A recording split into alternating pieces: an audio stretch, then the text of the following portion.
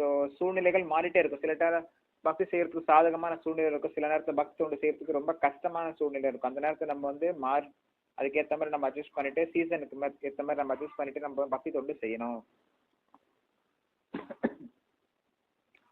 பக்தி தொண்டை நம்ம வந்து எந்த சூழ்நிலையும் விடக்கூடாது. எதிர்ப்பு இருக்கும், இயற்கை சீற்றங்கள் வரும், துன்பங்கள் வரும், பிற உடல் உபாதைகள் வரும், பிற உயிரினங்களால் துன்பங்கள் வரும், இயற்கை சீற்றம் வரும், போன்ற பல்வேறு துன்பங்கள் நமக்கு ஏற்பட்டுட்டே இருக்கும். எல்லா சூழ்நிலையும் நம்ம வந்து பகவான் கிருஷ்ணருக்கு பக்தி தொண்டு செய்யணும். மனசு நம்ம வந்து மனசு சஞ்சலம் அடையக்கூடாது, மனசை வந்து துன்பம் அடையக்கூடாது. நம்ம வந்து நல்ல மனசோட செய்யணும், வருத்தப்படாம செய்யணும். களங்கம், பௌதிக விஷயத்துல நம்ம வந்து களங்கம் அடையக்கூடாது. களங்கம் அடையாம நம்ம வந்து பகவான் கிருஷ்ணருக்கு தொண்டு செய்யணும். நம்ம வந்து பகவான் கிருஷ்ணருக்கு நம்ம